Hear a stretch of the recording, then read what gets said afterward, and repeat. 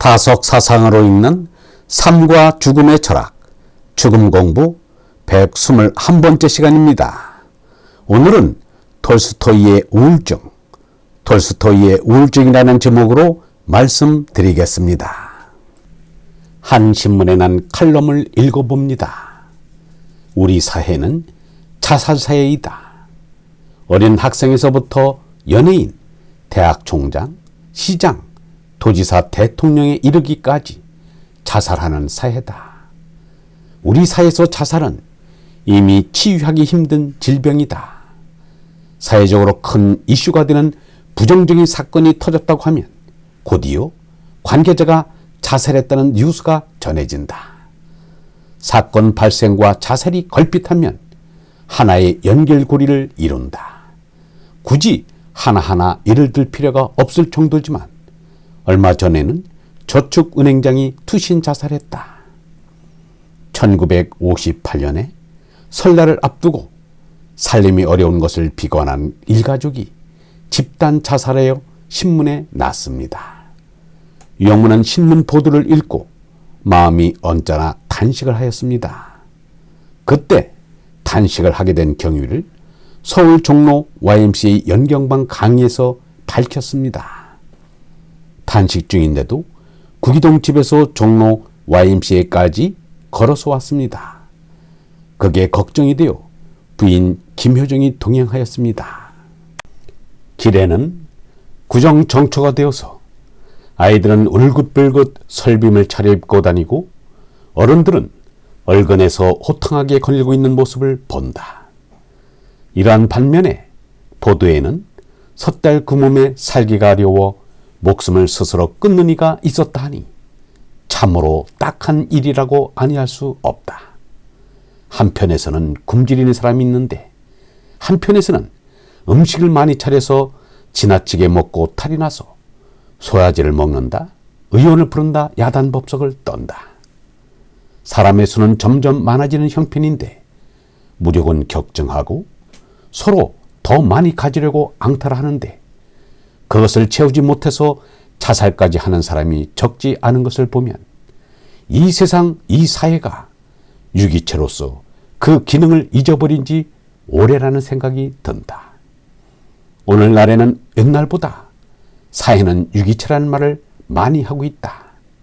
그런데 자살과 같은 슬픈 현상들이 많이 일어나고 있는 것을 보면 유기체가 어디에 고장이 나거나 어디가 잘못되어 있다는 것이라 답답해서 말을 할 수 없다. 우리가 본디에 나인 참나, 얼라를 모르고서는 어떻게 하느님을 알 수 있겠는가? 참나를 모르고서 어떻게 사이의 사랑이 깃들 수 있겠는가?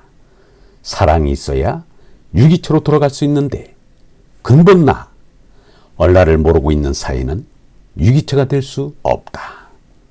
어디가 아픈 곳인지, 어디가 쓰린 곳인지, 어디가 가려운 곳인지, 어디가 한스러운 곳인지 전혀 모르면서 어떻게 사회가 유기체로 돌아갈 수 있겠는가?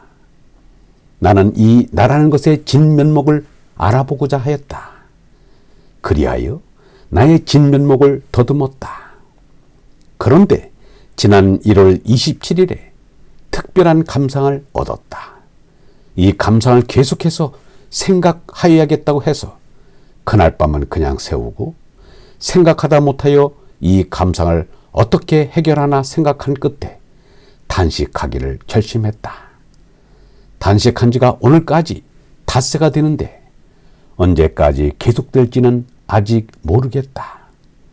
지난번은 10하루 동안 했는데 이번은 몇 날이 될지 모르겠다. 사람들이 형편이 가난하여 스스로 목숨을 끊는다면 인류 역사는 석기시대 이전에 벌써 끝났을 것입니다. 삶의 의미가 있을 때는 어떠한 어려움도 견뎌냅니다. 그러나 살림이 부유하여도 삶의 의미를 잃으면 견디지를 못합니다. 뒤르켐은 이것을 아노미 현상이라고 하였습니다. 그 예를 우리는 톨스토이에게서 봅니다. 톨스토이가 이른바 전기 직전에 심한 우울증에 걸려 자살할 지경에 이르렀습니다. 그때 톨스토이는 50살이었습니다. 그야말로 잘 나가던 때였습니다. 공자가 말한 지천명을 할 나이가 되었는데 하늘의 사명을 알지 못하는 데서 오는 인격의 와해 현상이었습니다. 이러한 좌절의 심리 상태가 나에게 일어난 것은 어떠한 점에서 생각해 보더라도 완전한 행복이라고 여기는 것이 나의 신변에 일어나게 되었을 때의 일이었다. 그것은 내가 아직 50살 미만의 때였다. 나는 사랑하고 사랑도 받는 선량한 아내와 괜찮은 자식들과 내가 별로 맘쓰지 않더라도 저절로 늘어가는 막대한 재산을 가지고 있었다. 나는 과거의 어느 때보다 친구들과 아는 이로부터 존경을 받았다. 멀리 알지 못하는 이국 사람들로부터 칭송의 말을 들었다.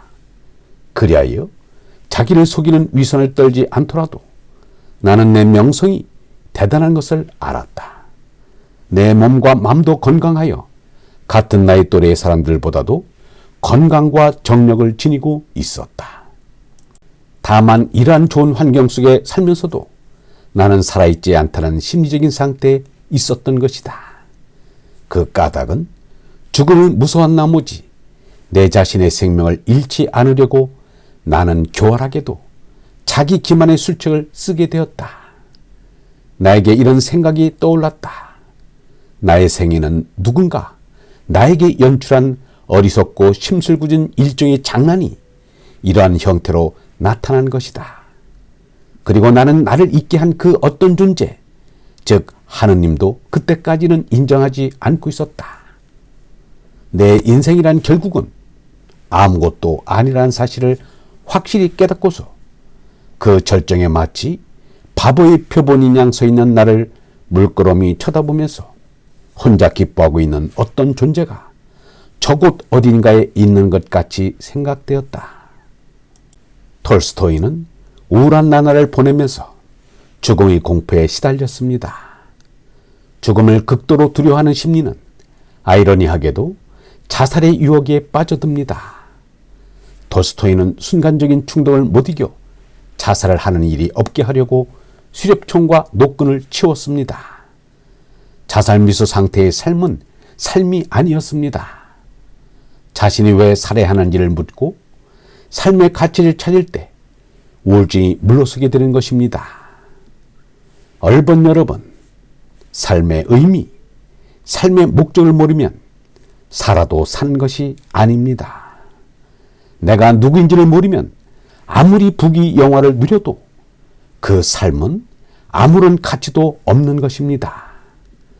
죽음 너머에 있는 참을, 어를 알아야 삶의 의미와 목적을 알게 되고 내가 누군지를 깨닫게 됩니다. 영성신학원 다성아카데미의 하늘소리였습니다.